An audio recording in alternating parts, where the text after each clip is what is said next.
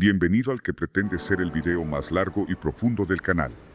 En primer lugar, debo aclarar que los temas son una compilación de varios icebergs que encontré en Reddit de los usuarios Jorcano127, Ross Jove, Hot Seabortines 687 y James 42. Créditos para ellos. De igual forma, otros temas adicionales comentados y agregados dentro del hilo. El iceberg bíblico de Venezuela es presentado. Punto Occidente. Tu marca, tu estilo. Delantales a medida para profesionales exigentes. Cocinar de corazón. El chef de su cocina es usted. Recetas deliciosas paso a paso. Y doméstica. Aprende con los profesionales creativos más destacados mundialmente. Así que, pónganse cómodos y vamos a comenzar sin rodeos.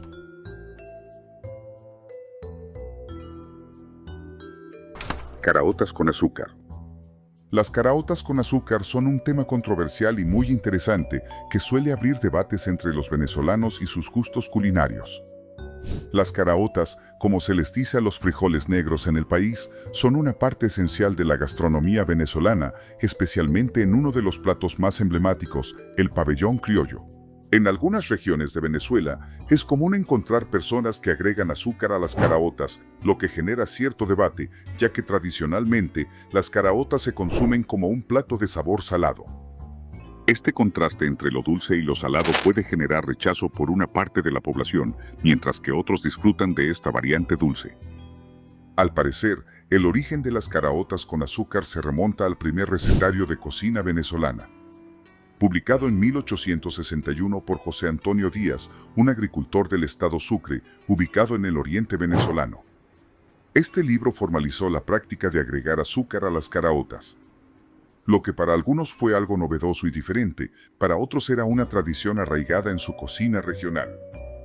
Desde entonces, las caraotas con azúcar se han convertido en parte de la diversa y rica gastronomía venezolana, reflejando la mezcla de influencias culturales y culinarias que caracterizan al país. El pez Nicolás.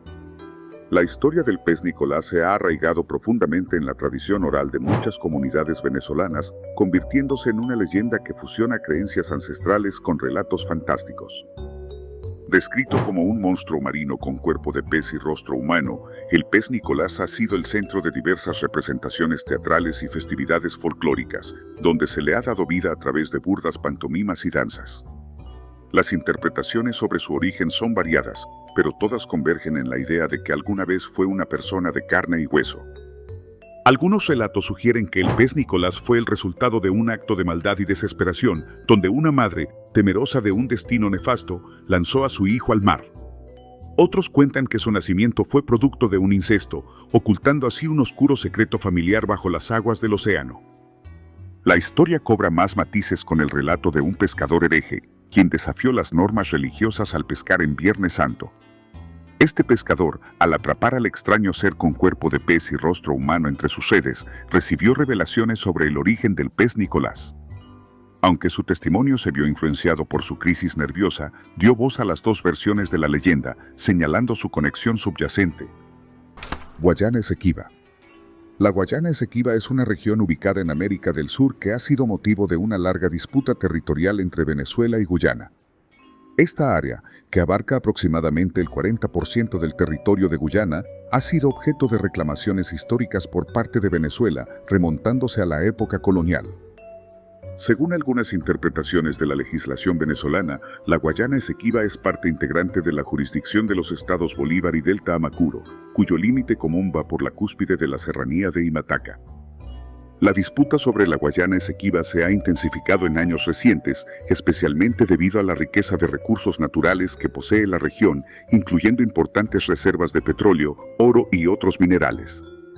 Esta disputa ha generado tensiones diplomáticas entre los dos países y ha sido un tema recurrente en la agenda política y diplomática de la región. Uno de los acontecimientos más recientes en relación con la Guayana Esequiba fue un referéndum consultivo realizado en Venezuela en el año 2023, en el cual se propuso la creación del estado de Guayana Esequiba. Sin embargo, este referéndum estuvo marcado por controversia y críticas por parte de diversos sectores de la sociedad venezolana y la comunidad internacional. El presidente de Venezuela, Nicolás Maduro, ha tomado medidas para reafirmar la posición de su país sobre la Guayana Esequiba, incluyendo la modificación del mapa oficial de Venezuela para incluir el territorio en disputa y la concesión de licencias a la empresa estatal Petróleos de Venezuela para la exploración y explotación de recursos naturales en la región. El diablo en Traqui. Cuenta la leyenda que en los años 80, una modesta tienda llamada Traqui surgió en el centro comercial Trébol de Puerto Ordaz. Lo que comenzó como un modesto comercio local pronto se convirtió en un imperio minorista que se extendía por todo el país, acumulando riquezas y éxito a un ritmo vertiginoso.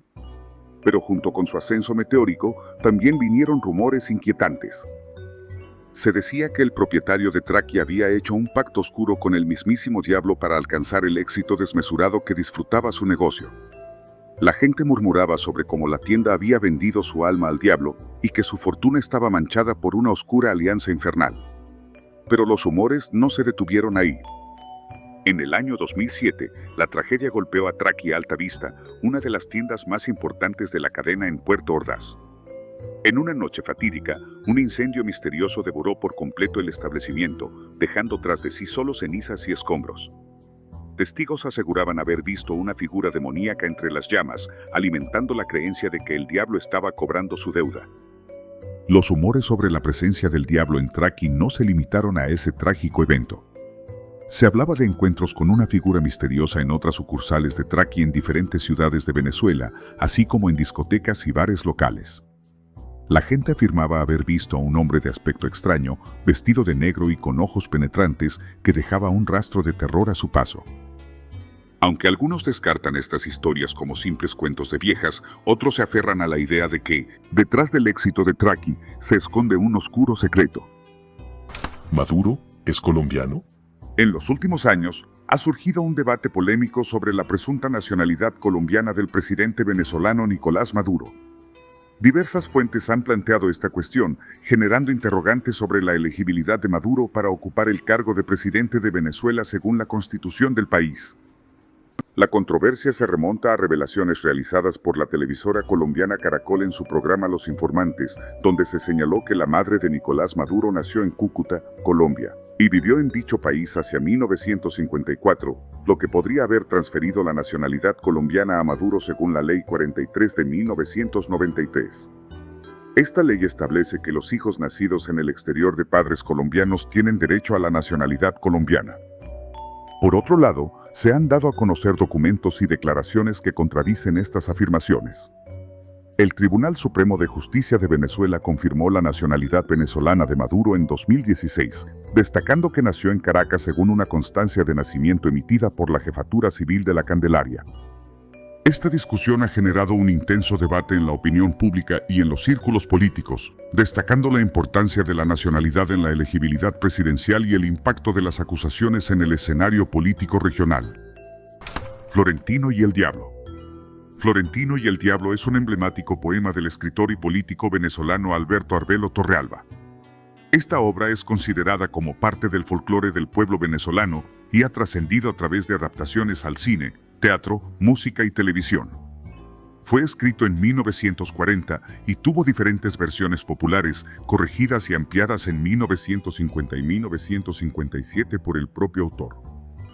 En la narrativa, Florentino, un hábil trovador, acepta un desafío a versos sin saber que su adversario es el diablo. A medida que se cruzan las coplas, Florentino se da cuenta de la verdadera identidad de su contrincante y comprende que su alma está en juego. A través de un duelo poético, Florentino demuestra su ingenio y valentía al enfrentarse al diablo, invocando a figuras religiosas como la Virgen y resistiendo las artimañas del maligno. La leyenda es un referente categórico del torrente mítico que riega el extenso escenario común de nuestros imaginarios, y es una muestra de que tenemos indelebles vínculos de hermandad en la cultura. La conexión entre la leyenda de Florentino y el diablo y el escenario histórico de Santa Inés, donde el general Ezequiel Zamora ganó una batalla crucial en la historia de Venezuela, añade un elemento interesante a la interpretación de esta obra. Algunos investigadores e historiadores han destacado esta coincidencia como un punto significativo, sugiriendo que la elección de este lugar por parte de Alberto Arbelo Torrealba para ambientar la historia no fue casual. Frescolita. Frescolita es una marca registrada de refresco venezolano de color rojo, de sabor denominado como Colita, propiedad de The Coca-Cola Company. Se vende en algunas áreas comerciales del país como en panaderías, mercados, supermercados, kioscos y en otras áreas comerciales del país. Es usada en las fiestas, cumpleaños y se le agrega a algunas comidas, como se hace en algunos lugares del occidente de Venezuela. La Frescolita se ha vendido en botellas de plásticos y en latas de aluminio. La marca pertenecía originalmente a la empresa Hit de Venezuela, la cual pasó a formar parte de la transnacional Coca-Cola a partir de 1996 tras ser adquirida por esta última. Antes de este cambio, la bebida era distribuida por Pepsi, la cual actualmente es distribuida por Empresas Polar. Se sabe que el creador de esta bebida intentó emular el sabor de la Inca Kola, una bebida peruana. En Venezuela, el consumo de Frescolita es significativo, representando aproximadamente el 10% del consumo total, siendo superado únicamente por Coca-Cola que lidera en ventas con un 55%. La participación de mercado de Coca-Cola en la venta de Frescolita es del 45%, seguida por Chinoto, que también goza de una alta demanda, y Hit. La frase, "tú sí eres Frescolita", era utilizada por jóvenes y adolescentes venezolanos en la década de los años 60 para referirse a alguien como fresco en el sentido de ser descarado o sinvergüenza. Esta expresión se popularizó como parte del lenguaje coloquial de la época y se originó a raíz de una campaña publicitaria. ¿Y tú, de qué equipo eres? ¿Coca, Pepsi o Frescolita? Si quieres preparar los mejores platillos venezolanos y quieres el paso a paso fácil y rápido, Cocinar de Corazón es tu canal. Te invito a echarle un ojo, de verdad están muy buenas sus recetas. El origen del nombre Venezuela. El origen del nombre Venezuela tiene diversas interpretaciones que se remontan a diferentes momentos históricos. Una de las versiones más aceptadas apunta a que el explorador Américo Vespucio, al encontrar similitudes entre el territorio venezolano y la ciudad de Venecia, utilizó el término Veneziona en una de sus cartas, haciendo referencia a Pequeña Venecia debido a las construcciones indígenas que le recordaban a las casas venecianas. Con el tiempo, esta palabra derivó en el término actual Venezuela, como se conoce hoy en día. Otra versión sugiere un origen indígena, donde se afirma que los habitantes autóctonos de la región de la laguna de Sinamaica del actual estado Zulia utilizaban el término Venezuela, que significaba agua grande, para referirse al territorio. Esta interpretación resalta la riqueza cultural y la diversidad de influencias que han dado forma al nombre y la identidad de Venezuela a lo largo de su historia. Un punto interesante de todo esto es que el nombre Venezuela originalmente se limitaba a una provincia específica, compuesta por lo que hoy conocemos como Zulia, Falcón y los estados andinos. Sin embargo, cuando el Imperio Español decidió establecer la Capitanía General en esta región, se barajaron varios nombres posibles, incluyendo variantes del nombre Orinoco y la continuación del nombre de la antigua Capitanía General de Nueva Andalucía. El nombre que finalmente se escogió fue Venezuela, en gran parte debido a su popularidad y reconocimiento en la región. Esta elección interesante revela cómo la historia del nombre de Venezuela está estrechamente ligada a la iconografía y la importancia simbólica de la antigua provincia. El relámpago del Catatumbo se detuvo.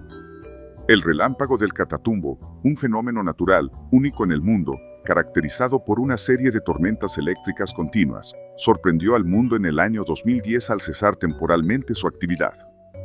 Este suceso, que generó preocupación entre científicos y habitantes locales, planteó interrogantes sobre las posibles causas detrás de esta inusual interrupción.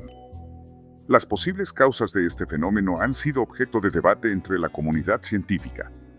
Algunos expertos sugieren que cambios en los patrones climáticos locales podrían haber afectado la formación de las tormentas eléctricas necesarias para el relámpago del Catatumbo. Otros apuntan hacia la influencia de fenómenos climáticos más amplios, como el fenómeno de El Niño, que había sumido a Venezuela en una sequía sin precedentes en ese momento.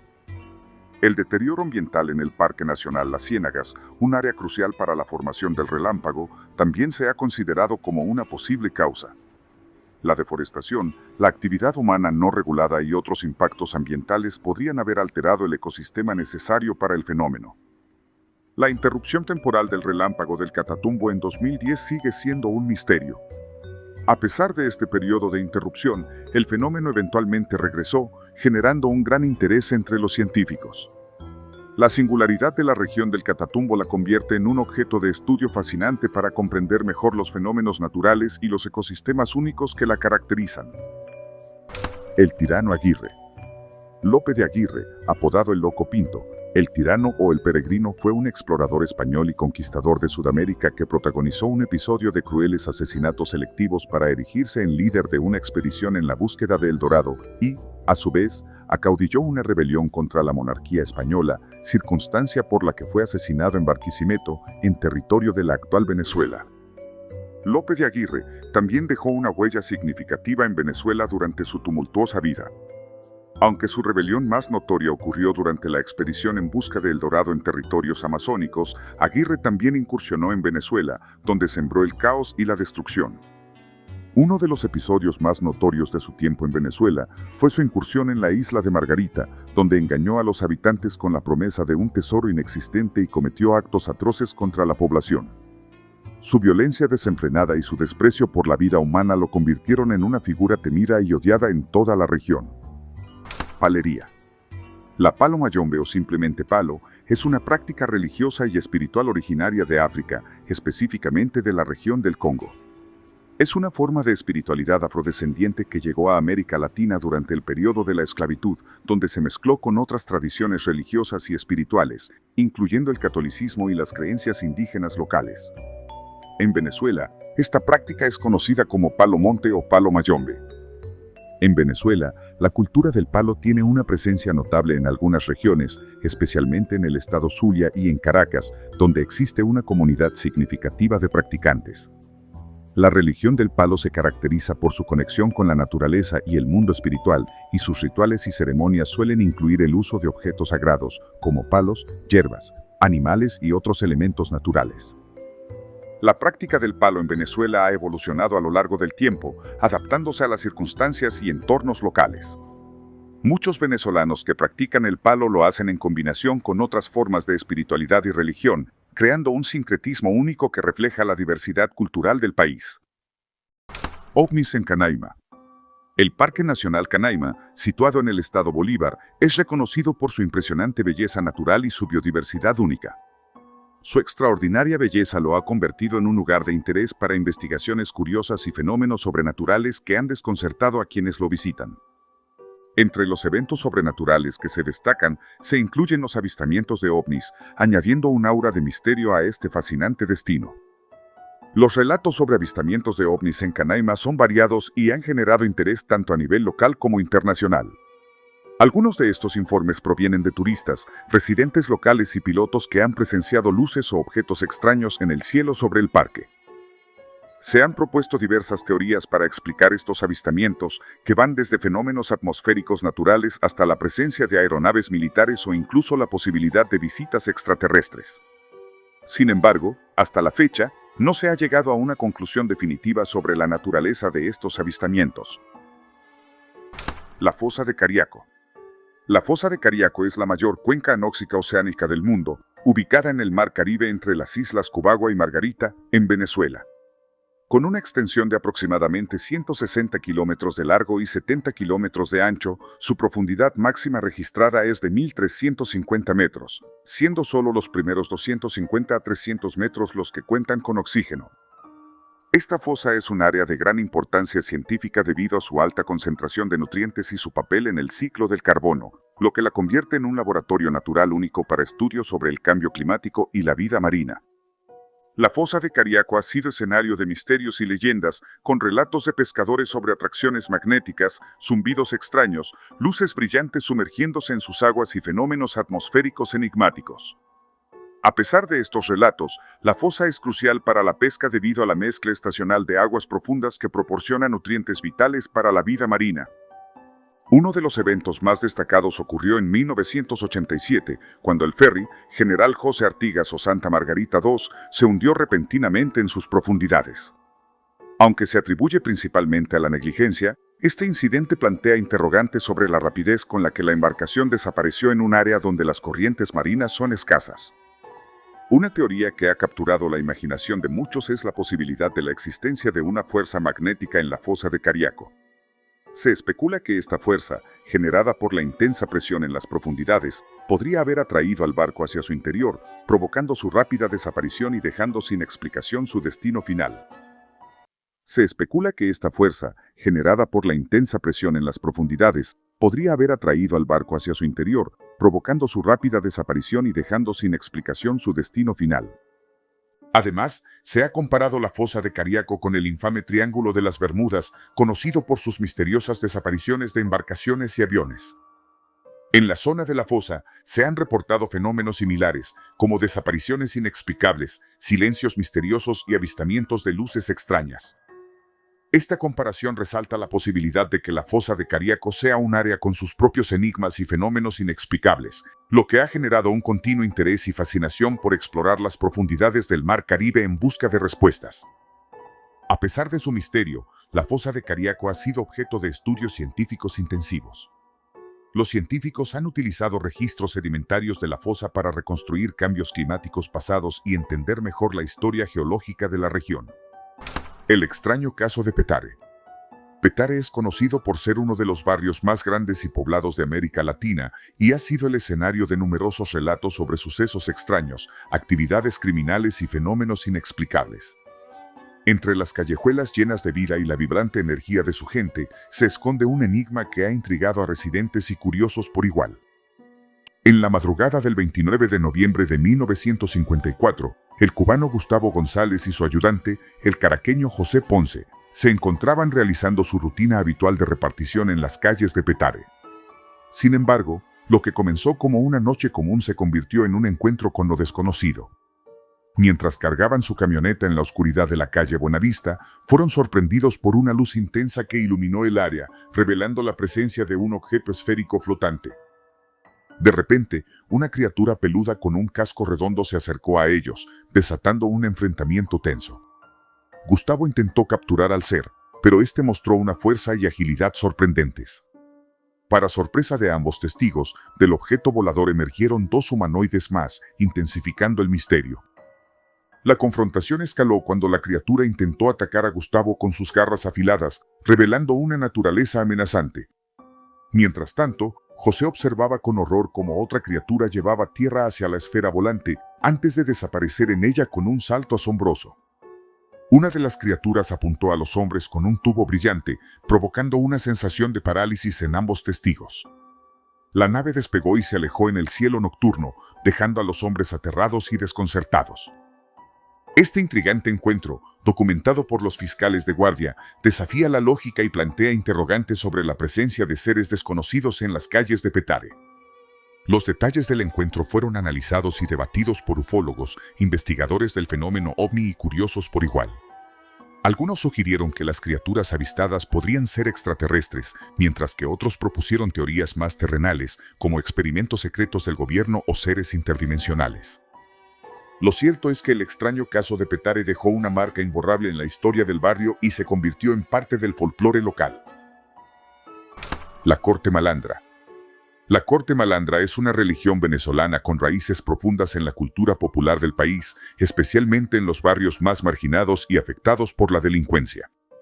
En esta práctica religiosa se veneran figuras que representan a delincuentes históricos, considerados como héroes por su altruismo y generosidad hacia los menos afortunados. Estas figuras son conocidas como santos malandros y son representadas en estatuas de barro armadas con armas y adornadas con rosarios.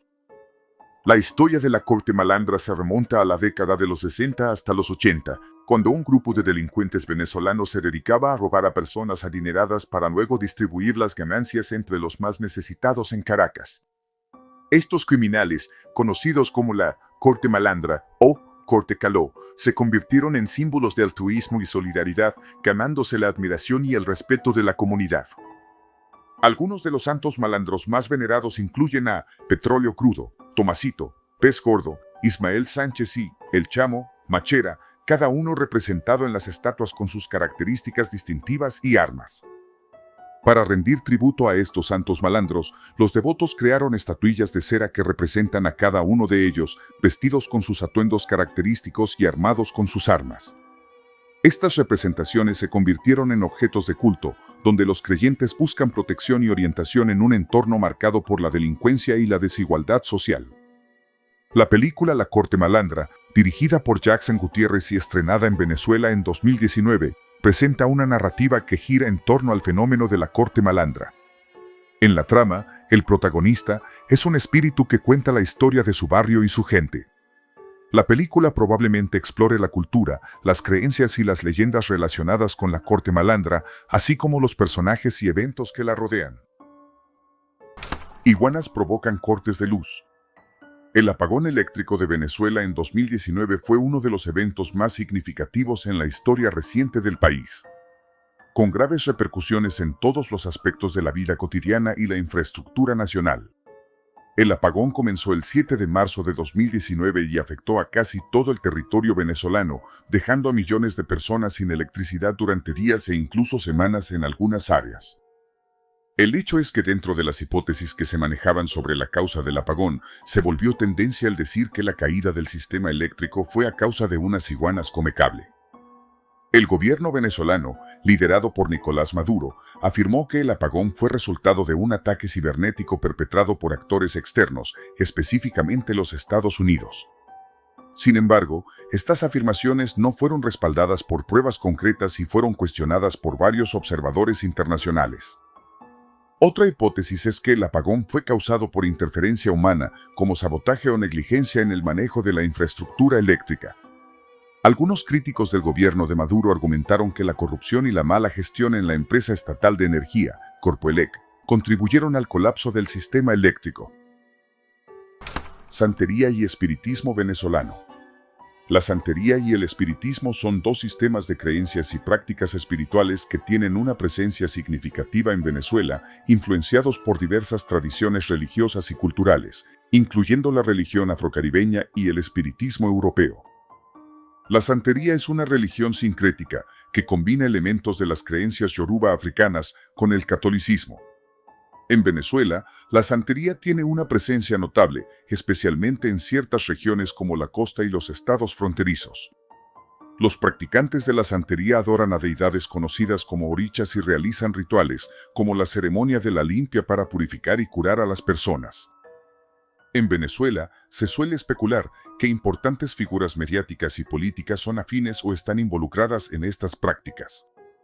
Sin embargo, debido a su naturaleza sincrética y a menudo clandestina, no es común que figuras públicas o políticas declaren abiertamente su afiliación a la santería. El espiritismo venezolano es una forma de espiritismo que combina influencias del espiritismo europeo con creencias indígenas y africanas.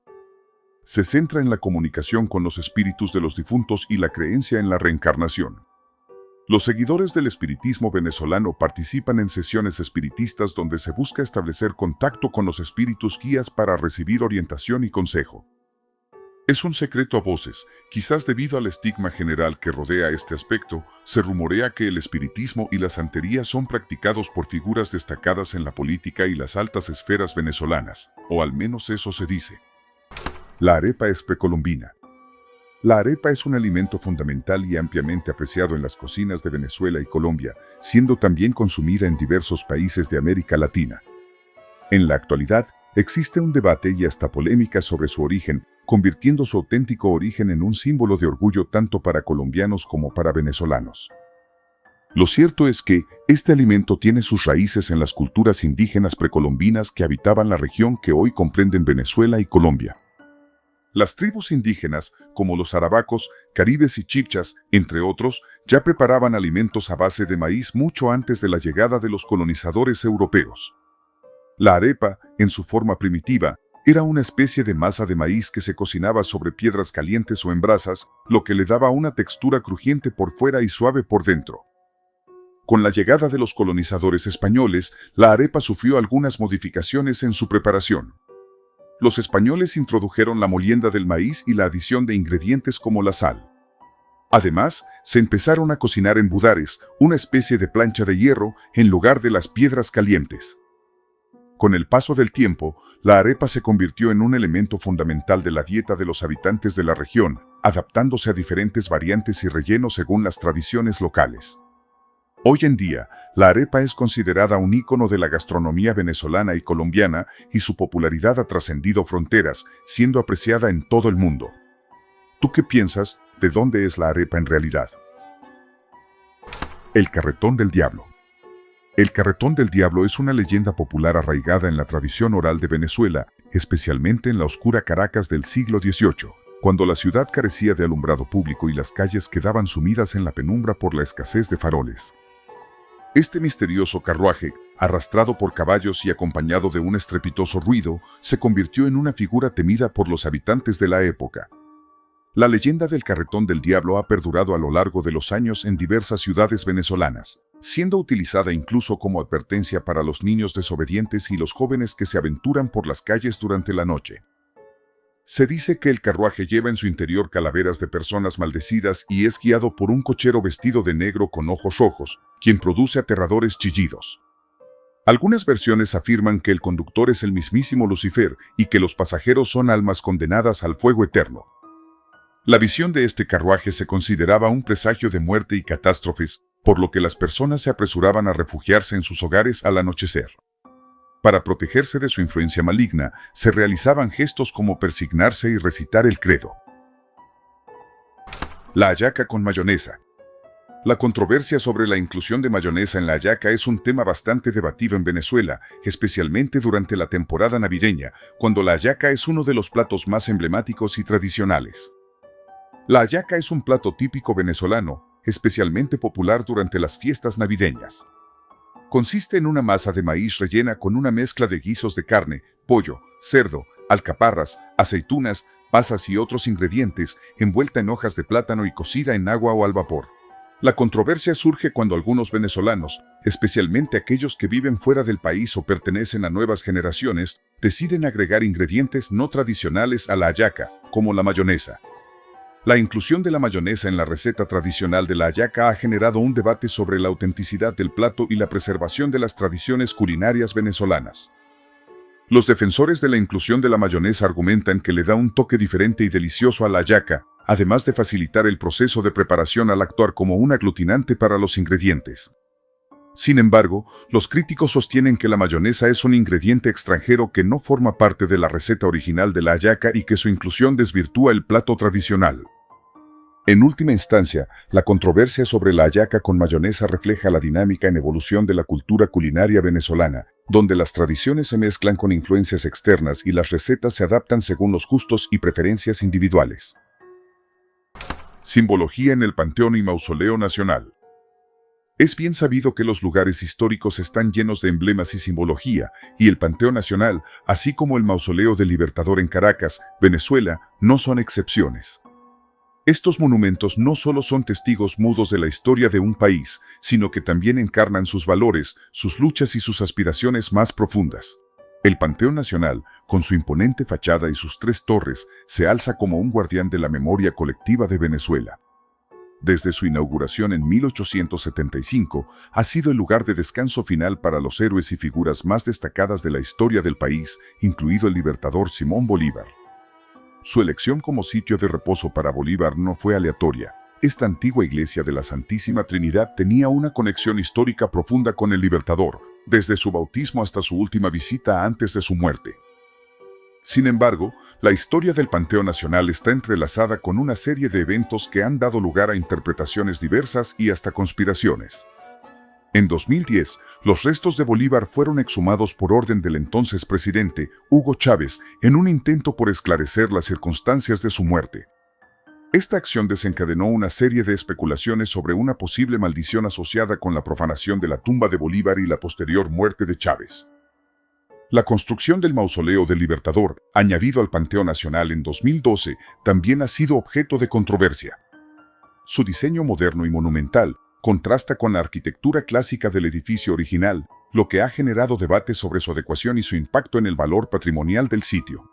En este contexto, el Panteón Nacional y el Mausoleo del Libertador se presentan como lugares cargados de significado y simbolismo, donde la historia se entrelaza con la política, la cultura y las creencias populares. Son testigos de la grandeza y la complejidad de la experiencia venezolana y continúan inspirando reflexiones y debates sobre el pasado, el presente y el futuro de la nación. Venezuela, la capitanía más pobre. En la época colonial, España organizó sus colonias americanas en unidades administrativas conocidas como capitanías generales o simplemente capitanías. Estas divisiones territoriales estaban encabezadas por un capitán general, quien era responsable tanto de asuntos militares como civiles en la región. Es cierto que la falta de recursos naturales fácilmente explotables, como el oro o la plata, contribuyó a que Venezuela fuera considerada una de las colonias más pobres de España en América. La explotación inicial de las perlas proporcionó una breve bonanza económica, pero una vez agotados estos recursos, la región volvió a enfrentarse a dificultades económicas durante un periodo de la historia, aunque resulta muy curioso cómo, en cierta medida, el tiempo jugó a favor de este hecho, llegado el siglo XX. Este cambio en la situación económica refleja cómo los recursos naturales pueden tener un impacto significativo en el desarrollo de una región, y cómo la gestión y políticas adecuadas pueden ser clave para aprovechar al máximo estos recursos en beneficio del país y su población. El Palacio de Miraflores. El Palacio de Miraflores es la sede del gobierno de Venezuela, lugar donde está ubicado el despacho oficial del presidente de la República, en el centro oeste de la capital federal de Caracas, a pocas cuadras del Palacio Federal Legislativo. Comenzó a ser construido a mediados de 1884 bajo la dirección del conde italiano Giuseppe Orsí de Mombello durante el mandato del presidente Joaquín Crespo, 1884 a 1886, pero fue a partir de 1900 en que empezó a utilizarse como palacio presidencial bajo el gobierno de Cipriano Castro. El 27 de abril de 1884 el general Joaquín Crespo toma posesión de su cargo como presidente de la República y en agosto del mismo año compra el terreno de la hacienda La Trilla, que fue en tiempos coloniales propiedad del conde de San Javier, para iniciar la construcción de una nueva residencia, donde viviría con su esposa, Jacinta Parejo de Crespo, y sus hijos. Es por ello que originalmente se le llamó a esta residencia La Trilla, y más tarde se le denominó Miraflores, su nombre actual. Fueron dos los elementos que influyeron en el lento desarrollo de la construcción del palacio. Por un lado, las obligaciones presidenciales que impidieron a Crespo ocuparse directamente del proyecto, y por el otro, lo irregular del terreno, debido a que estaba situado en los bajos de la ladera suravileña. Más tarde, hacia el año 1887, comienza la segunda etapa histórica de la construcción de Miraflores, la cual se ve afectada por los requerimientos de tiempo y dinero que le exigían a Crespo el logro de sus metas políticas. Su importancia como símbolo del poder ejecutivo y su papel como residencia oficial del presidente lo convierten en uno de los edificios más emblemáticos del país. Barriadas populares en Venezuela. En Venezuela, las barriadas representan un fenómeno urbano significativo caracterizado por la presencia de asentamientos informales, conocidos localmente como ranchos. Estos asentamientos se han desarrollado a lo largo del siglo XX y persisten en la actualidad, especialmente en áreas urbanas como Caracas. Se caracterizan por su construcción improvisada, utilizando materiales de baja calidad como zinc, cartón, piedra y ladrillos, y por no cumplir con los estándares mínimos de habitabilidad. La densidad de las barriadas en Venezuela varía según la región, pero las áreas metropolitanas, en particular Caracas, presentan una alta concentración de estos asentamientos. Se estima que la ciudad de Caracas alberga la mayor aglomeración de barriadas en el país, seguida por municipios como Iribarren en el estado Lara. Además, estados como Barinas, Guárico, Delta Amacuro y Cojedes tienen un alto porcentaje de asentamientos informales en relación con el total de viviendas. Desde la década de 1950, varios gobiernos han implementado programas para abordar el problema de la vivienda informal, incluyendo la construcción de complejos urbanos y la promoción de proyectos de vivienda financiados por el Estado. En Venezuela, hay algunas parroquias que no tienen ranchos o asentamientos informales. Estas áreas, aunque son menos comunes, suelen estar ubicadas en zonas menos pobladas o en áreas donde la planificación urbana ha sido más efectiva. Un ejemplo es la parroquia Pueblo Nuevo del estado Mérida. Esta parroquia es conocida por su desarrollo urbano planificado y su alta calidad de vida. Aunque es una zona relativamente pequeña, cuenta con viviendas bien estructuradas, infraestructuras adecuadas y servicios públicos eficientes. Algunos de los barrios más densamente poblados de Venezuela se encuentran en Caracas, donde la topografía montañosa ha limitado el espacio disponible para la expansión urbana planificada. Estos barrios, ubicados en laderas y colinas, enfrentan desafíos adicionales relacionados con la seguridad, el acceso a servicios básicos y la exposición a riesgos naturales como deslizamientos de tierra. Caracas es un estado particular. En el contexto de la República Bolivariana de Venezuela, Caracas desempeña un papel único como la capital y la ciudad más poblada del país.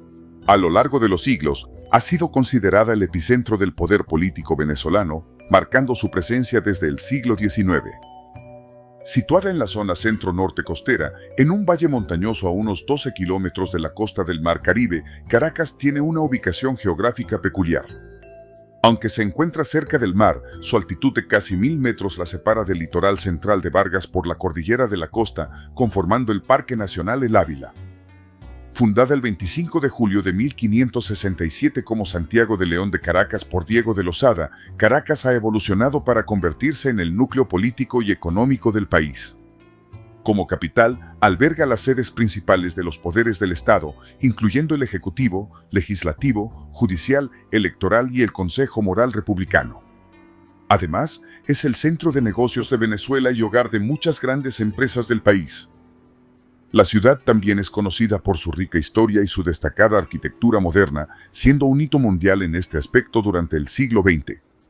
Caracas cuenta con una variedad de sitios de interés, desde el complejo urbanístico Parque Central hasta la ciudad universitaria de Caracas, reconocida como Patrimonio de la Humanidad por la UNESCO. En términos administrativos, Caracas forma parte del área metropolitana de Caracas, que incluye el municipio Libertador, Distrito Capital, y los municipios Chacao, Baruta, El Hatillo y Sucre del estado Miranda. Sin embargo, su gestión ha sido objeto de controversia debido a la creación del Distrito Metropolitano de Caracas, DMC, o Área Metropolitana de Caracas, una entidad política administrativa para la coordinación de la ciudad que ha sido disputada desde su creación. Venezuela podría ser federal. La idea de convertir a Venezuela en un estado federal es un tema recurrente en el ámbito político del país. Esta propuesta implica descentralizar el poder del gobierno central en Caracas y otorgar mayor autonomía a los estados, permitiéndoles tomar decisiones adaptadas a sus necesidades específicas. El federalismo podría fortalecer la participación ciudadana y abordar las disparidades regionales, promoviendo un desarrollo más equitativo y sostenible. Sin embargo, este proceso enfrentaría desafíos significativos, como la negociación entre diferentes actores políticos y la necesidad de reformas institucionales. Es importante destacar que la Constitución de la República Bolivariana de Venezuela de 1999 aún reconoce a Venezuela como un Estado federal descentralizado. En su artículo 4, se establece claramente que Venezuela se rige por los principios de integridad territorial, cooperación, solidaridad, concurrencia y corresponsabilidad, lo que subraya la naturaleza federal del Estado venezolano. ¿Podría Venezuela convertirse en un Estado federal? La idea no es descabellada. Un Estado federal implica una distribución de poder entre un gobierno central y unidades subnacionales, como estados o provincias, cada uno con cierto grado de autonomía política y administrativa. Imaginemos un escenario en el que Venezuela abra las puertas al federalismo.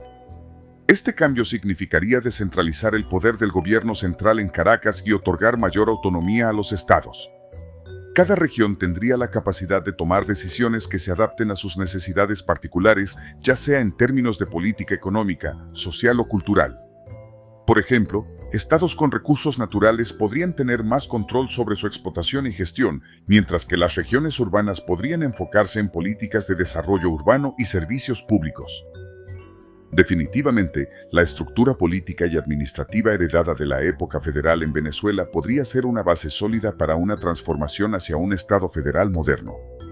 Los estados venezolanos ya cuentan con gobiernos regionales y poderes legislativos propios, lo que podría facilitar la transición hacia un sistema federal más completo. Además, la existencia previa de territorios federales y la experiencia histórica con la descentralización del poder son aspectos que respaldan esta idea. Vida rural en Venezuela. La vida rural en Venezuela ha experimentado una serie de cambios a lo largo de su historia, influenciados por factores políticos, económicos, sociales y ambientales. Antes de la llegada de los europeos, las diversas culturas indígenas que habitaban el territorio venezolano tenían una vida rural basada en la agricultura, la caza y la pesca. Con la llegada de los colonizadores españoles en el siglo XVI, se introdujo un nuevo sistema agrícola basado en grandes haciendas y plantaciones, donde se cultivaban productos como caña de azúcar, café y cacao. Durante el siglo XX se llevaron a cabo diversos intentos de implementar reformas agrarias para redistribuir la tierra y mejorar las condiciones de vida de los campesinos. Sin embargo, estos esfuerzos enfrentaron desafíos políticos y económicos y en muchos casos no lograron sus objetivos completamente. En la actualidad, la vida rural en Venezuela enfrenta diversos desafíos, incluyendo la migración rural-urbana, la escasez de recursos y servicios básicos en las zonas rurales, así como problemas asociados con la tenencia de la tierra y la producción agrícola. A pesar de estos desafíos, la vida rural sigue siendo fundamental para la identidad y la cultura venezolana y la agricultura continúa siendo una parte importante de la economía del país. Éxitos en la tele venezolana. La televisión venezolana ha sido un elemento fundamental en la vida cotidiana de millones de personas a lo largo de las décadas. Desde sus primeros pasos hasta su apogeo y su influencia en la cultura venezolana, este medio ha dejado una marca indeleble en la sociedad del país. La historia de la televisión venezolana se remonta a sus primeros pasos en la década de 1950, con la inauguración de la televisora nacional TVN en 1952. Aunque las transmisiones regulares comenzaron en 1953, el verdadero auge llegó con la concesión de los primeros canales privados, Televisa, Venevisión y Radio Caracas Televisión, RCTV, en 1953. Estos primeros años marcaron el comienzo de una era dorada para la televisión venezolana, con programas emblemáticos como El Show de las 12 y El Show de Reni. La televisión venezolana ha cosechado una serie de éxitos rotundos que han dejado una huella imborrable en la cultura del país y más allá. Desde emblemáticos programas de variedades como El Show de las 12 y Super Sábado Sensacional, que se convirtieron en verdaderos fenómenos de audiencia, hasta producciones dramáticas como Cristal y Cassandra, que cautivaron a espectadores en todo el mundo, la televisión venezolana ha sabido alcanzar alturas inigualables en el panorama internacional. La televisión venezolana también ha jugado un papel crucial en la promoción del conocimiento y la cultura. Programas como ¿Cuánto vale el show?, que pioneramente presentaba a personas comunes exhibiendo sus talentos ante un jurado, ¿y quién quiere ser millonario?, una adaptación exitosa del formato británico que desafió a los concursantes con preguntas de cultura general, han dejado una marca indeleble en la memoria colectiva del país. El impacto de estas producciones no se limitó al ámbito hispanohablante, sino que trascendió fronteras y conquistó corazones en países de habla inglesa y portuguesa, evidenciando la calidad y la creatividad del talento venezolano. Programas icónicos de humor como Radio Rochela también contribuyeron al éxito de la televisión venezolana, desafiando convenciones y abordando temas sociales y políticos con ingenio y agudeza. En resumen, el legado de la televisión venezolana no solo se mide en términos de audiencia, sino en su capacidad para trascender barreras culturales y geográficas, consolidándose como un referente de excelencia en el panorama televisivo internacional. Si tienes algún requerimiento en confecciones para tu emprendimiento, lo mejor en delantales para ti o tus empleados, Punto Occidente es la opción ideal. Contáctalos y diles que vienes de parte de Flaco Gordo. Censura en la TV venezolana. La televisión venezolana ha desempeñado un papel crucial en la vida cultural y social del país. A lo largo de su historia, la televisión en Venezuela ha producido programas emblemáticos que han dejado una marca indeleble en el público venezolano. Sin embargo, esta riqueza cultural ha sido acompañada por la presencia constante de la censura, que ha evolucionado desde los primeros días de la televisión venezolana hasta la era contemporánea. La televisión ha sido una parte integral de la vida cotidiana de los venezolanos, influyendo en su cultura, opinión pública y percepción de la realidad. Esto es muy bien conocido y desde sus inicios ya ha sido marcada por el ojo de las influencias políticas. El caso de El Show de Reni es un ejemplo temprano de la lucha contra la censura en la televisión venezolana. A pesar de su popularidad y éxito, el programa enfrentó desafíos debido a limitaciones en su libertad creativa y tensiones políticas con el gobierno de turno. Reni Ottolina, el carismático presentador, fue una figura destacada en la televisión venezolana, pero su programa fue finalmente cancelado en 1973 debido a sus posiciones políticas y roces con el gobierno de Carlos Andrés Pérez. El incendio de la planta de RCTV en 1978, que destruyó gran parte de sus archivos fílmicos, incluyendo las grabaciones de El Show de Reni, marcó un trágico final para este programa icónico. El cese de la concesión a RCTV en 2007 fue otro episodio significativo en la televisión venezolana. A pesar de ser uno de los canales más antiguos y populares del país, la señal de RCTV fue limitada a nivel nacional por orden del gobierno de Hugo Chávez, debido en parte a un tema un tanto controversial que trataremos en otros niveles del iceberg. Lo cierto es que, esta señal de televisión nacional fue aprovechada por el gobierno para establecer una línea editorial más adecuada a sus intereses. La televisión estatal y los canales controlados por ciertos intereses se han convertido en herramientas de propaganda, difundiendo su mensaje y diluyendo la opinión opositora. Casa natal de Bolívar. La casa natal de Simón Bolívar, también conocida como Casa Natal del Libertador, es un sitio histórico ubicado en Caracas, Venezuela, donde nació el prócer de la independencia latinoamericana, Simón Bolívar, el 24 de julio de 1783. El edificio está situado entre las esquinas de San Jacinto Atrapozos, en la parroquia Catedral de Caracas. La casa ha sido preservada y convertida en un museo que exhibe algunas piezas originales de la época y prendas pertenecientes a Bolívar. En reconocimiento a su importancia histórica, fue declarada Monumento Nacional el 25 de julio de 2002. La historia de la casa se remonta al siglo XVII, cuando pertenecía al catalán Bernardo Noguera Herrero.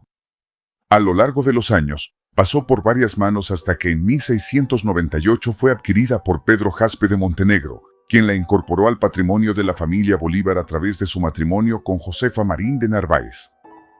En 1773, Juan Vicente de Bolívar y Ponte, padre de Simón Bolívar, se casó con María de la Concepción Palacios y Blanco, consolidando así la conexión de la casa con la familia Bolívar. En este lugar, Simón Bolívar recibió clases de importantes maestros como Andrés Bello y Simón Rodríguez. Casas presidenciales. La historia de las residencias presidenciales en Venezuela refleja la evolución política y arquitectónica del país a lo largo de los años. La Casa Amarilla, ubicada en Caracas, fue reformada por el presidente Antonio Guzmán Blanco en el siglo XIX para servir como residencia oficial del presidente y sede del gobierno. Durante este periodo, surgieron las primeras ideas de una residencia presidencial formal. Posteriormente, el Miraflores Palace se convirtió en la principal residencia presidencial de Venezuela. Durante la dictadura de Marcos Pérez Jiménez, en la década de 1950, se construyó la Casona como otra importante residencia presidencial en Caracas.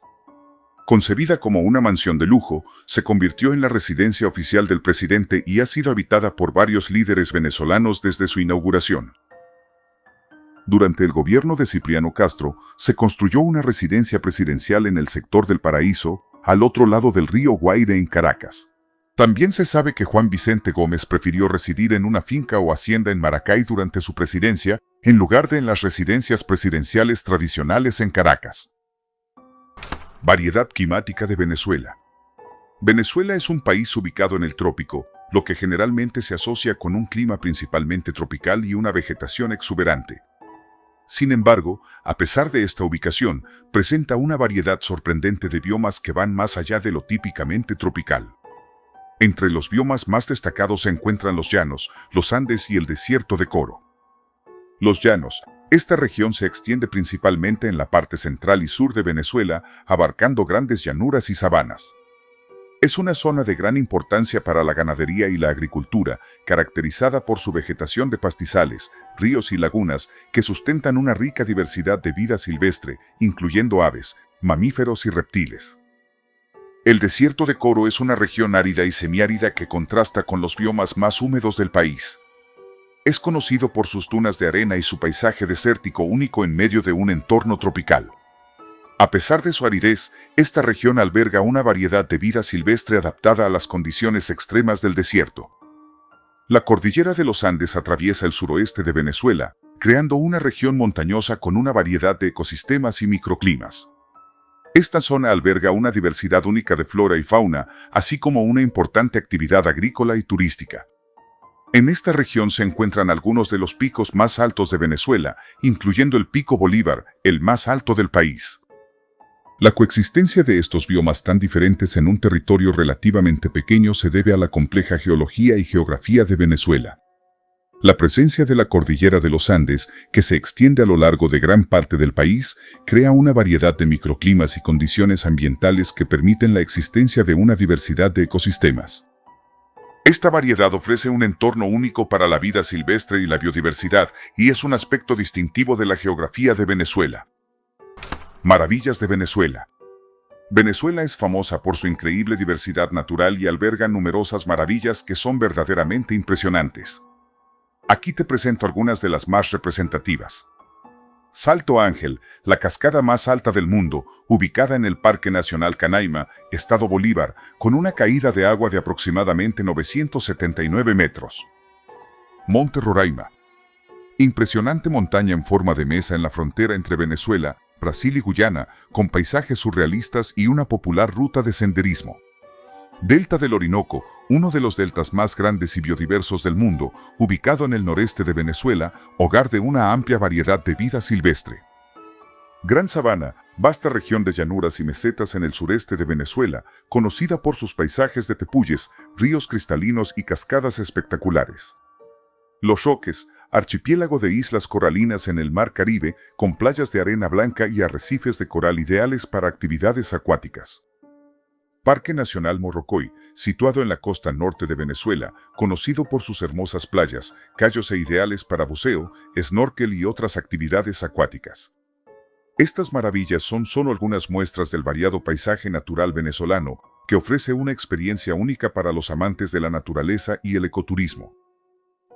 Venezuela en los viajes de Colón. Durante su tercer viaje entre 1498 y 1500, Cristóbal Colón exploró más allá del Caribe hacia Sudamérica, llegando a lo que ahora es Venezuela. Quedó impresionado por la exuberancia del paisaje y los recursos naturales abundantes. Partiendo de Sanlúcar de Barrameda, llegó primero a la isla de Trinidad, hoy Trinidad y Tobago, y luego navegó hacia el delta del río Orinoco, explorando la región amazónica venezolana.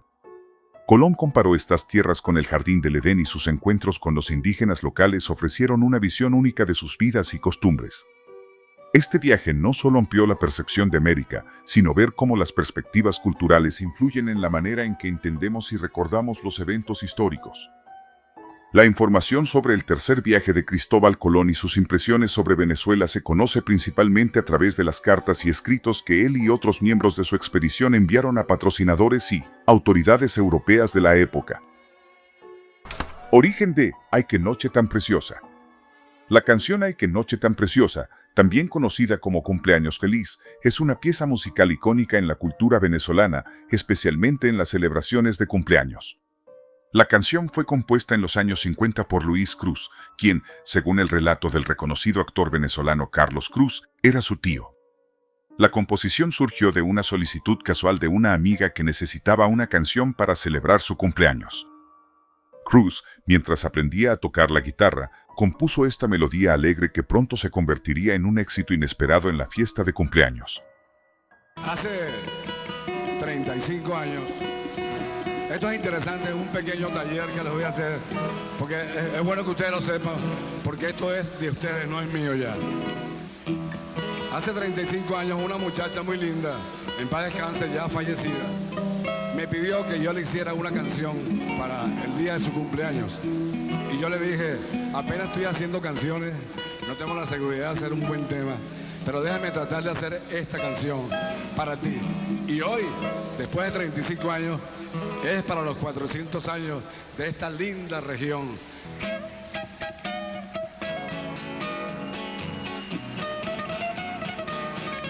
A partir de ese momento, la canción comenzó a ser repetida en reuniones posteriores y se fue popularizando gradualmente en los hogares venezolanos. Ay, qué noche tan preciosa, es la noche de tu día, toda llena de alegría, en esta fecha natal. La canción se convirtió en un himno tradicional en las celebraciones de cumpleaños en Venezuela. A medida que la gente la cantaba en fiestas y reuniones familiares, se transmitió de generación en generación, arraigándose profundamente en la cultura venezolana. Además, la interpretación del cantante Emilio Arbelo contribuyó significativamente a su difusión y reconocimiento en todo el país. Ay, qué noche tan preciosa, esta noche de tu día. Su legado perdura como uno de los himnos musicales más queridos y reconocidos en la cultura venezolana. natal. Tus mazzini. La clave para crecer en el mundo actual es el conocimiento. Accede a este catálogo premium de cursos y desarrolla tus habilidades creativas con los mejores profesionales. Obtén 30 días gratis de aprendizaje con el link que te dejaré en el primer comentario. Catia y su relevancia histórica. Catia, una parroquia ubicada en el noroeste de Caracas, Venezuela, es un territorio con una historia rica y una relevancia histórica significativa. A pesar de su antigüedad y su importancia en el desarrollo económico y cultural de la región, Catia ha experimentado desafíos en términos de desarrollo y reconocimiento. Desde su fundación en 1558 por Francisco Fajardo, Catia ha sido un punto estratégico en el Valle de Caracas.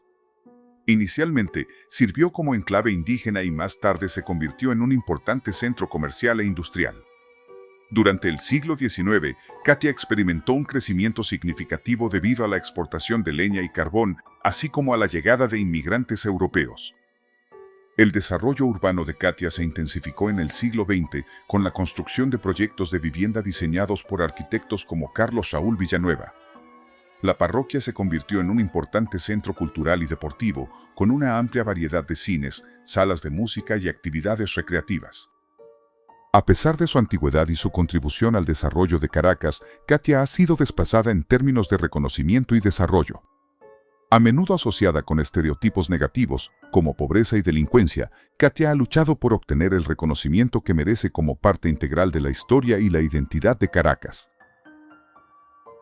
La réplica del buque Leander. La réplica del buque Leander, ubicada en el Parque Generalísimo Francisco de Miranda en Caracas, Venezuela, es una fascinante recreación histórica que ha generado interés y debate desde su concepción como monumento. El buque Leander, originalmente conocido como Leander, fue el barco en el que Francisco de Miranda realizó su histórica expedición a Venezuela. Su llegada a las costas venezolanas en 1806 marcó un hito en la lucha por la independencia del continente. Durante la primera restauración de la réplica del buque Leander, surgieron informes sobre experiencias inusuales por parte de visitantes en su interior. Algunos afirmaban sentir una atmósfera abrumadora o extraña, lo que generó especulaciones y debates sobre la autenticidad del buque y su conexión con la historia. La decisión de eliminar la memoria de Cristóbal Colón en Caracas, incluyendo la eliminación de estatuas y monumentos dedicados al navegante, generó controversia y debate en la sociedad venezolana. Esta medida, impulsada por razones políticas y simbólicas, se entrelaza con la historia de la réplica del buque Leander y su contexto en el Parque Generalísimo Francisco de Miranda. Dependencias federales y mar territorial venezolano. Las dependencias federales de Venezuela comprenden más de 60 islas, muchas de las cuales son poco conocidas debido a su baja notoriedad y escasa población. A pesar de esto, estas islas son parte integral del territorio venezolano y tienen un valor ecológico, histórico y estratégico significativo. También existe controversia con los Países Bajos sobre la isla de Aves en el Mar Caribe, a pesar de un laudo arbitral de 1865 que confirmó los derechos venezolanos sobre la isla. La crisis de la corbeta Caldas en 1987 fue un incidente destacado, donde Venezuela movilizó fuerzas militares en respuesta a la incursión de naves colombianas en aguas cercanas al archipiélago Los Monjes. Estas disputas resaltan la importancia estratégica de las dependencias federales de Venezuela y la necesidad de resolverlas mediante mecanismos diplomáticos. Carolina Herrera. Carolina Herrera es una reconocida diseñadora de moda venezolana. Es conocida por su elegancia temporal y su estilo refinado, que ha dejado una marca distintiva en la industria de la moda internacional.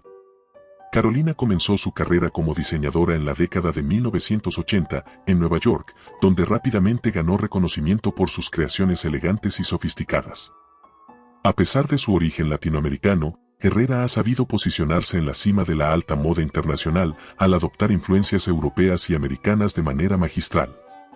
Sus colecciones reflejan una fusión única de elegancia clásica con un toque contemporáneo, alejándose de las tendencias locales venezolanas para abrazar un enfoque más universal.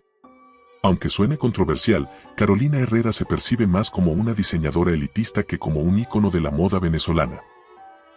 Expropiaciones durante Chávez. Expropiese, señor alcalde, expropiese. Durante el mandato de Hugo Chávez, este implementó políticas de expropiación como parte de su agenda de redistribución de la riqueza y control estatal sobre sectores clave de la economía. Por ejemplo, en 2007, el gobierno venezolano nacionalizó la industria de telecomunicaciones al expropiar empresas como CanTV y movilizar el control de la actividad petrolera, al intervenir la empresa estadounidense ExxonMobil. Chávez defendió las expropiaciones como parte de su visión socialista para reducir la desigualdad y aumentar el control estatal, pero enfrentaron críticas por desalentar la inversión, afectar la productividad y contribuir directa o indirectamente a la crisis económica en Venezuela. Estas políticas y su impacto continúan siendo objeto de discusión y análisis en el contexto de la historia reciente de Venezuela. Luisito Comunica en Venezuela. Luisito Comunica es un reconocido influencer, youtuber y creador de contenido mexicano destacado por sus blogs de viajes alrededor del mundo y su considerable base de suscriptores en YouTube. Ha ganado notoriedad también por sus polémicas y controversias, algunas de las cuales han ocurrido en Venezuela. En 2017, durante su visita al país, publicó videos mostrando la realidad de la escasez de alimentos y medicinas, lo que generó críticas de aquellos que consideraban que solo mostraba aspectos negativos. Luisito se defendió afirmando que su intención era mostrar la verdad de lo que estaba sucediendo. Uno de los puntos más polémicos fue un asalto que sufrió poco después de llegar al país ese mismo año. En 2021, fue detenido brevemente por la policía venezolana mientras él y su equipo filmaban las calles de la Cota 905, un barrio considerado como zona de guerra en ese momento. También generó controversia por la compra de un apartamento con vistas al mar por $20,000, lo que suscitó debate público sobre la ética de adquirir propiedades en medio de la crisis que atraviesa el país. Es interesante observar cómo un reconocido creador de contenido como Luisito ha estado involucrado en importantes controversias en Venezuela. Queda la pregunta de si estas situaciones forman parte de una estrategia de contenido deliberada o si son simplemente el resultado de la casualidad. Led Varela perdido en el Ávila. Led Varela es un reconocido cómico venezolano famoso por sus shows de stand-up y sus apariciones en programas destacados de comedia en Venezuela, además de ser una figura notable en las redes sociales. El Ávila es una montaña popular entre los habitantes de la capital para realizar senderismo y escalada. En aquel momento, Varela estuvo perdido durante 3 días y según cuenta, sobrevivió alimentándose de insectos. Finalmente, fue rescatado por un helicóptero después de esos 3 días. Este incidente, aparentemente fue reportado televisión en el noticiero El Observador de RCTV, en 2006, marcando su debut en la pantalla chica, según cuenta cómicamente. Crisis económica desde 2013. De marzo, ha fallecido el comandante presidente. Es ampliamente reconocido en la historia reciente de Venezuela, que tras la muerte de Hugo Chávez en 2013, el país enfrentó una serie de desafíos políticos y económicos significativos. Nicolás Maduro asumió la presidencia y continuó con muchas de las políticas de su predecesor, manteniendo una fuerte dependencia del petróleo como principal fuente de ingresos. Sin embargo, a partir de 2014, los precios del petróleo experimentaron una caída notable, lo que tuvo un impacto severo en la economía venezolana y en la capacidad del gobierno para sostener programas sociales y subsidios. Además de los factores económicos, la devaluación del bolívar exacerbó la crisis a partir de 2014, lo que resultó en una rápida inflación y una aguda escasez de alimentos, medicinas y otros bienes esenciales. Estos desafíos macroeconómicos fueron acompañados por un aumento en las tensiones políticas y sociales, manifestándose en protestas y disturbios entre 2014 y 2017. Desde 2016 en adelante, la crisis en Venezuela se intensificó, con millones de ciudadanos abandonando el país en busca de mejores condiciones de vida. En los años siguientes, Venezuela se ha enfrentado a desafíos adicionales, incluida la pandemia. A pesar de que a lo largo de los últimos años la sociedad venezolana ha sabido adaptarse a los desafíos, es innegable lo duro de esta espiral de crisis que iniciaría en esos años. El Coqui. Carlos Luis Rebete, también conocido como el Coqui, fue un criminal y PRAM venezolano. Lideró la megabanda criminal que controlaba el sector de la Cota 905 en Caracas y fue uno de los criminales más buscados en el país. Estuvo acusado de delitos como robo, homicidio y narcotráfico. Durante los enfrentamientos en la Cota 905 en 2021, se reportaron al menos 26 muertos y 38 heridos. El Coqui se convirtió en una figura notoria en las redes sociales y en el mundo delictivo. Su historia estuvo marcada por la violencia y la búsqueda constante de poder en el bajo mundo. Finalmente, fue abatido durante un enfrentamiento en Las Tejerías en febrero de 2022. Carnet de la Patria. El Carnet de la Patria es un documento implementado en Venezuela durante la presidencia de Nicolás Maduro, con el propósito de conocer el estatus socioeconómico de la población y facilitar el acceso a programas sociales, como las misiones bolivarianas y los comités locales de abastecimiento y producción, CLAP. Este carnet incluye un código QR, único y personalizado desarrollado por ZTE, empresa de tecnología china. Cuenta con una billetera digital que permite recibir bonos monetarios del Estado venezolano.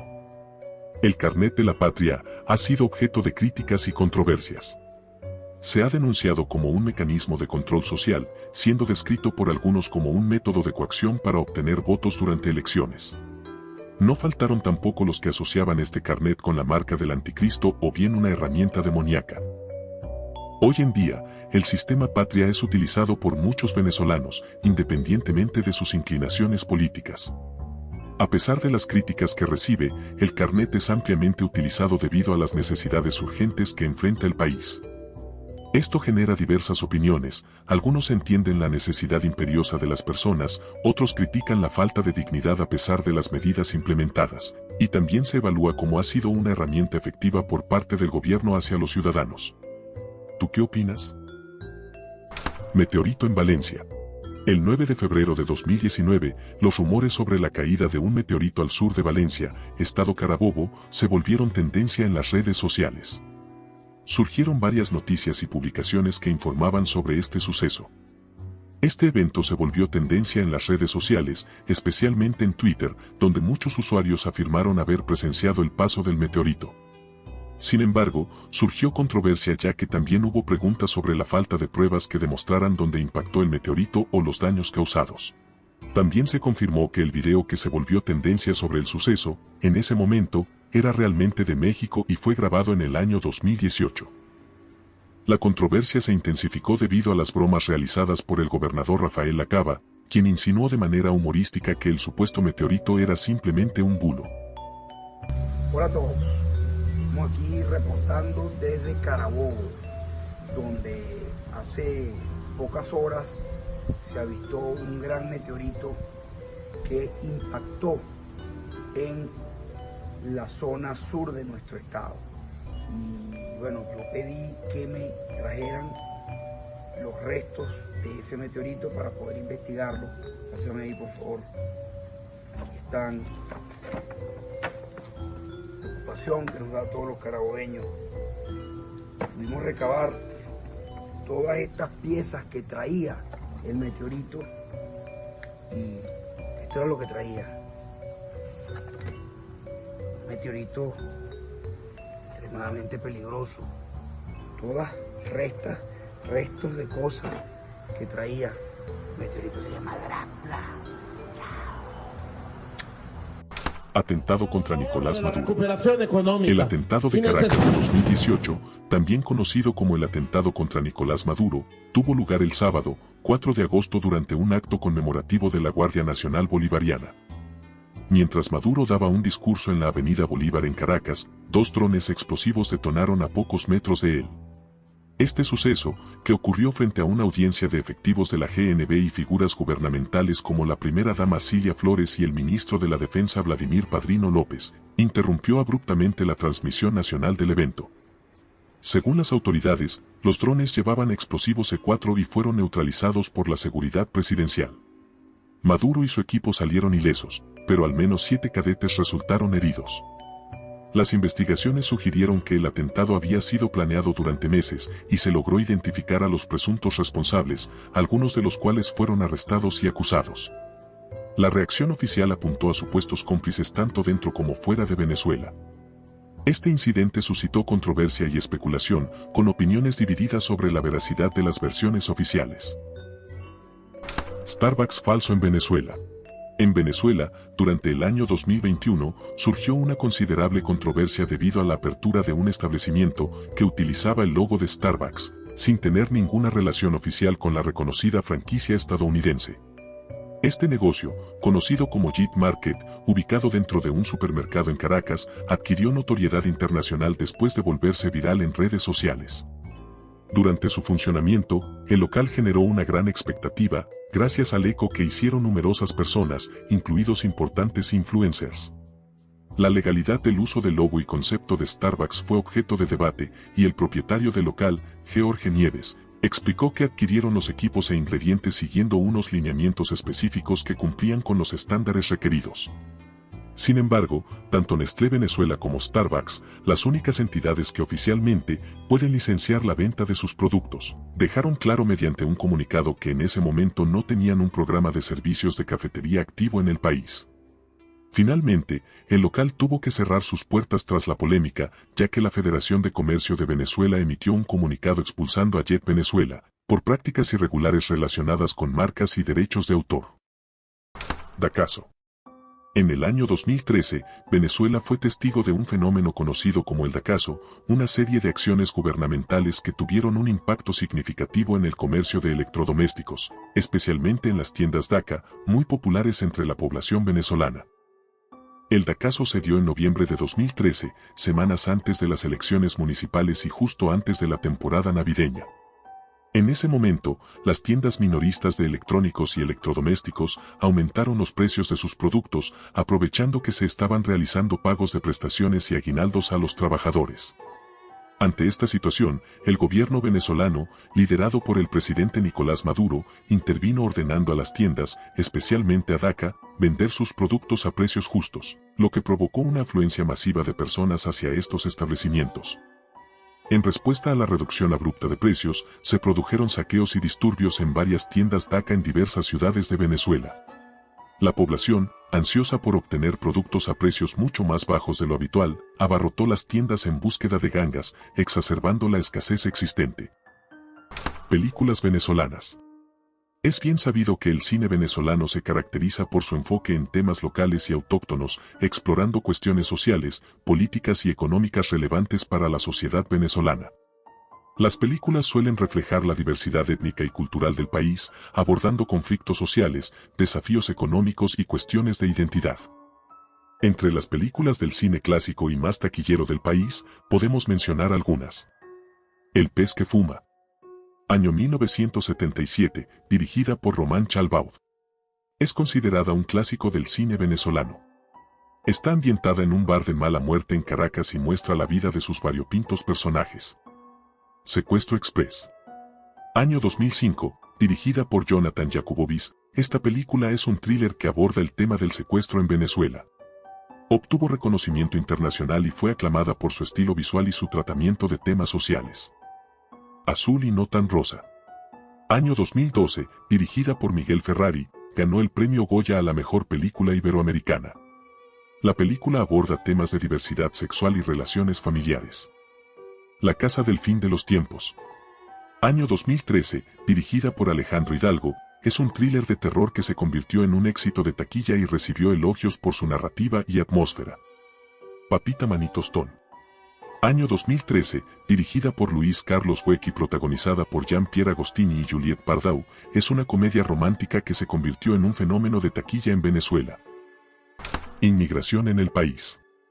La historia de la inmigración en Venezuela es fascinante y ha moldeado la identidad y la diversidad cultural del país. Desde los primeros inmigrantes españoles que se establecieron en la costa venezolana en el siglo XVI hasta las oleadas migratorias más recientes, Venezuela ha acogido a una variedad de poblaciones que han dejado una marca indeleble en su cultura, idioma, tradiciones y gastronomía. Cabe destacar que durante la época colonial, la población autóctona venezolana era principalmente indígena y la interacción entre indígenas, españoles y africanos dio lugar a la composición mestiza que predominó en el país hacia el siglo XVII. En el siglo XIX la llegada de inmigrantes canarios y alemanes, fomentada por iniciativas gubernamentales como la Ley General de Inmigración, contribuyó al crecimiento poblacional y al desarrollo agrícola en Venezuela. El auge petrolero en Venezuela, a mediados del siglo XX, atrajo a un gran número de inmigrantes de América, Europa, Medio Oriente y Asia Oriental. Luego de la Segunda Guerra, Venezuela recibió una ola masiva de inmigración europea, principalmente españoles, italianos y portugueses, atraídos por las oportunidades económicas derivadas del petróleo y las políticas de acogida del gobierno. En las décadas de 1960 y 1970 se produjo una importante inmigración latinoamericana, especialmente de Colombia y países del Cono Sur, debido a conflictos políticos y económicos en sus lugares de origen. Dolarización en Venezuela. La dolarización en Venezuela es un fenómeno complejo que ha impactado significativamente la economía del país. La dolarización ocurre cuando la moneda nacional es sustituida en sus funciones básicas por una moneda emitida por otro país, en este caso, el dólar estadounidense. Venezuela experimenta una dolarización transaccional y financiera, de facto y parcial, como respuesta a una crisis económica prolongada y a políticas fiscales inadecuadas. Se refiere a una dolarización de facto y parcial, lo que significa que la adopción del dólar estadounidense como moneda de facto ha ocurrido en la práctica de manera no oficial, y solo de manera parcial en ciertos sectores económicos. La dolarización en Venezuela se ha desarrollado a lo largo del tiempo. Comenzó como un proceso informal en la década de los 80 del siglo pasado, pero se intensificó en las últimas décadas debido a la hiperinflación y la falta de confianza en la moneda local. Aunque el gobierno venezolano ha intentado controlar esta dolarización, las restricciones económicas y sociales lo han obligado a tolerarla. Fogonix manejó el metro de Caracas. En el año 2021, el youtuber venezolano, Daniel Bencid, conocido como Fogonix, generó una controversia notable al subir un video a su canal en el que aparecía manejando el metro de Caracas. Esta acción llamó la atención de las autoridades de seguridad, específicamente el Cuerpo de Investigaciones Científicas, Penales y Criminalísticas, quienes lo detuvieron por infringir normas de seguridad del sistema de transporte. El operador del metro, Arnaldo Torres, se entregó voluntariamente tras permitir que el youtuber manejara el tren, violando así las reglas establecidas. Tras su detención, Fogonix tuvo que eliminar el video de su canal de YouTube. Daniel fue liberado después de rendir declaraciones ante las autoridades. Este incidente le generó cierta notoriedad y polémica en redes sociales y portales de noticia. Hasta ahora eso ha sido todo en el nivel 1. Nos vemos en el nivel 2. Si consideras que hay datos adicionales para agregar al siguiente nivel, siéntete libre de ponerlo en los comentarios. Si es algo nuevo, te añadiré en los créditos. Hasta entonces te deseo buenos días, buenas tardes y buenas noches.